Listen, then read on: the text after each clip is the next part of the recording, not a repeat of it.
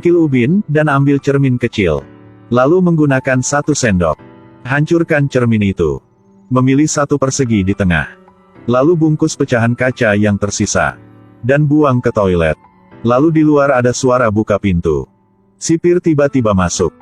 Dia juga bereaksi sangat cepat. Segera memasukkan potongan cermin ke dalam mulutnya. Sipir mulai memeriksa. Cek semua badan. Dan memeriksa orang terakhir ini. Kertas yang di dalam toilet bisa terungkap. Saat itu pria ini tarik tali di luar. Kertas itu langsung hilang. Sipir bergegas keluar. Apa yang Anda sedang lakukan? Saya hanya ingin coba sekali saja. Mereka berdua tidak terlalu banyak pikiran lalu masuk ke dalam untuk terus memeriksa. Makanan dibuang ke lantai. Ini adalah kerjaan sehari-hari punya sipir. Tujuan utamanya adalah untuk mencegah orang melarikan diri. Untungnya persiapkan dengan baik. Setelah sipir pergi, dia melanjutkan pekerjaannya. Ambil gosok gigi lalu taruh pecahan cermin tadi di atasnya. Lalu ikat dengan tali. Seperti itu, senjata pelarian penjara selesai. Kamera. Lewat lubang kecil ini. Bisa lihat semua gerakan di luar. Bekerja di penjara adalah sukarela. Dan tujuannya adalah untuk menggali lubang di bawah tumpukan kertas ini. Karena ingin menutupi suara menggali lubang. Mereka suruh tetangga untuk hancurkan toiletnya. Seperti itu akan ada suara perbaiki toiletnya. Untuk meredam suara menggali lubang. Mereka siapkan 1 tali. Untuk mengirim rokok dan alkohol buat tetangga di sebelah. Untuk berterima kasih. Lanjutkan rencana pelarian penjara. Mereka mengambil paku dari tempat tidur. Gunakan pena untuk mendapatkan kait pintu. Seperti itu menyelesaikan senjata pelarian penjara berikutnya. Alat serut. Tarik tumpukan kertas ini dari meja. Lalu ketok ke bawah. Saat itu mereka melihat sipir datang. Panik, langsung hentikan kerjaan mereka. Siapa sangka dia tidak takut. Karena dia tahu di sebelah sedang memperbaiki toilet. Seperti apa yang dia katakan. Sipir tidak tahu apa-apa. Seperti itu mereka bergiliran menggali lubang. Setiap orang menggali sedikit. Tidak lama kemudian sudah menjadi 1 lubang besar.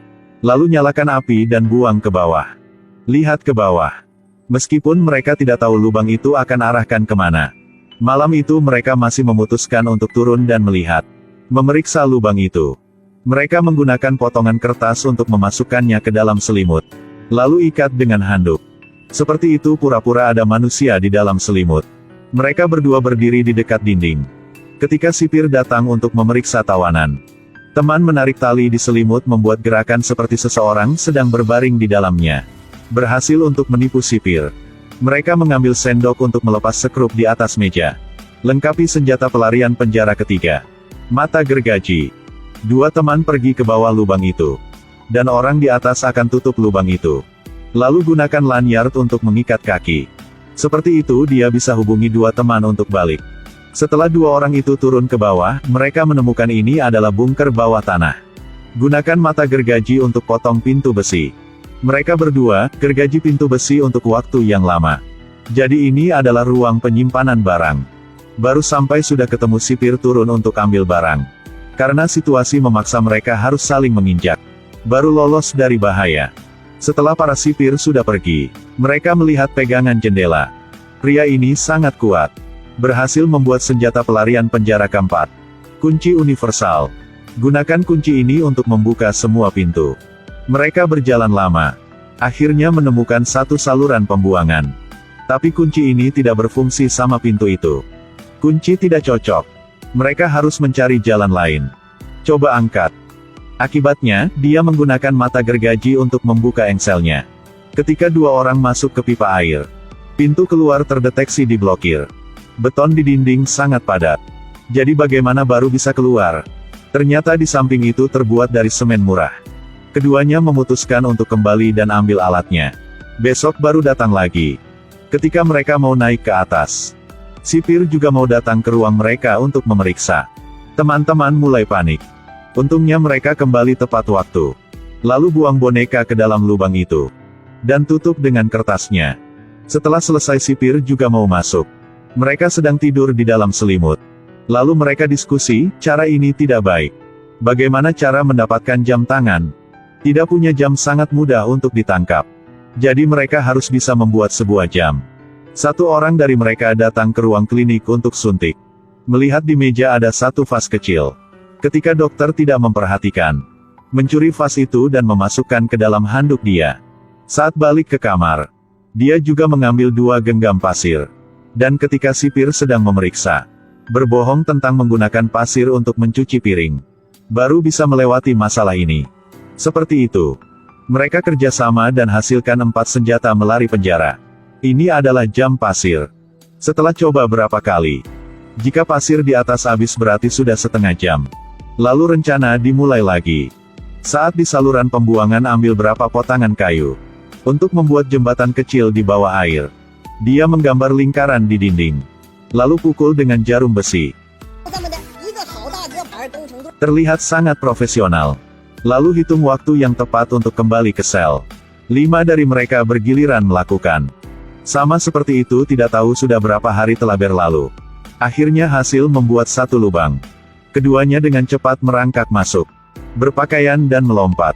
Kemudian menemukan jalan keluar. Kemudian mereka melihat mobil yang sudah lama tidak bisa lihat. Saat pulang, mereka sangat senang. Dan memutuskan aksi malam ini.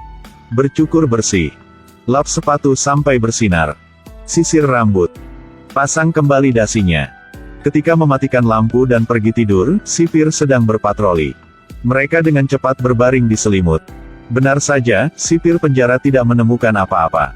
Kakak paling tua mencium berkata selamat tinggal.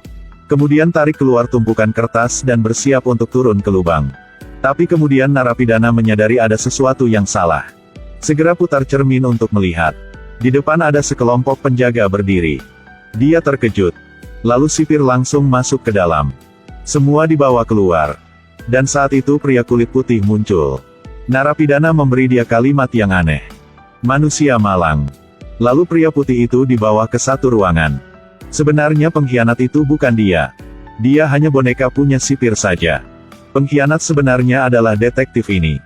Jadi, dari suara pahat yang begitu keras, sipir memberi orang untuk bekerja sama. Jelas tidak bisa membawa alat ke dalam sel. Tapi dengan detektif ini sangat mudah.